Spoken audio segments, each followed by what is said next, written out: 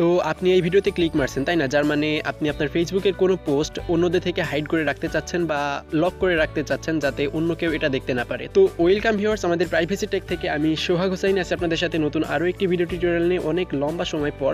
আর আজকে আমি আপনাদেরকে দেখাতে যাচ্ছি যে কিভাবে আপনি আপনার ফেসবুকের যে কোনো পোস্ট কোনো রকম ডিলিট করা ছাড়াই আপনার ফেসবুক টাইমলাইন থেকে হাইড বা লক করে রাখতে পারবেন এবং আপনার প্রয়োজন পড়লে বা প্রয়োজন অনুসারে আবার এটা শো করাতে পারবেন বা আনলক করতে পারবেন। ওকে, তো বন্ধুরা চলুন আজকে বেশি কথা না বাড়িয়ে আজকের মূল ভিডিও শুরু করা যাক, সাথে থাকুন।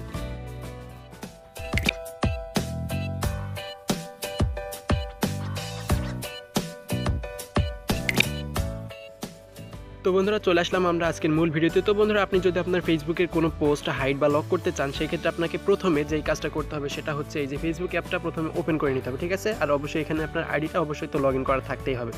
তো বন্ধুরা আমরা এখান থেকে আমাদের ফেসবুক আইডিটা জাস্ট লগ ইন করা আছে, আমরা জাস্ট ফেসবুক অ্যাপটা ওপেন করে নিলাম।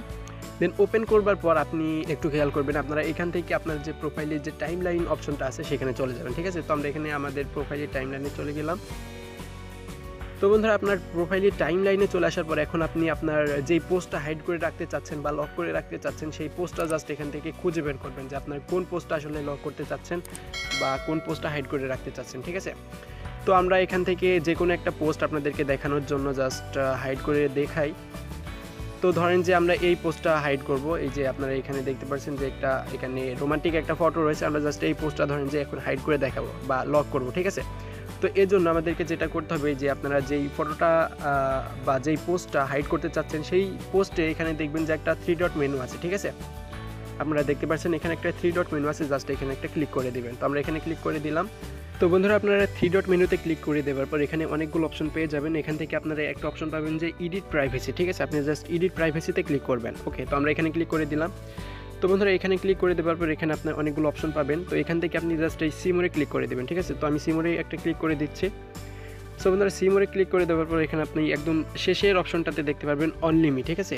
এখন আমরা যদি অনলিমিট করে দিই তাহলে কিন্তু আমাদের এই পোস্টটা লক হয়ে যাবে, ঠিক আছে? তো আমরা যেহেতু লকই করতে যাচ্ছি বা হাইড করতে যাচ্ছি সেক্ষেত্রে আমরা অনলিমিটে ক্লিক করে দিলাম।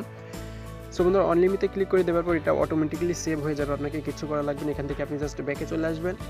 সো আমরা ব্যাকে চলে আসলাম। দেন আমাদের কাজটা হয়ে গেছে। দেখুন আমাদের কিন্তু এই ফটোটা কিন্তু এখন লক হয়ে গেছে, এখন আর এই ফটোটা কেউ দেখতে পারবে না বা এই পোস্টটা কেউ দেখতে পারবে না, ঠিক আছে? তো বন্ধুরা এইভাবে যদি আপনারা আপনার ফেসবুকের কোনো পোস্ট হাইড বা লক করে রাখতে চান সেক্ষেত্রে আপনারা এইভাবে লক করে রাখতে পারবেন। আপনার কোনো পোস্ট এভাবে যদি লক করে রাখেন কেউ আপনার পোস্ট আর দেখতে পারবে না, ঠিক আছে? তো বন্ধুরা যদি আপনারা এটা আবার আনলক করতে চান তাহলে সেম সিস্টেম আবার এখান থেকে 3 ডট মেনুতে একটা ক্লিক করে দিবেন। দেন আবার এডিট প্রাইভেসিতে ক্লিক করে দিবেন।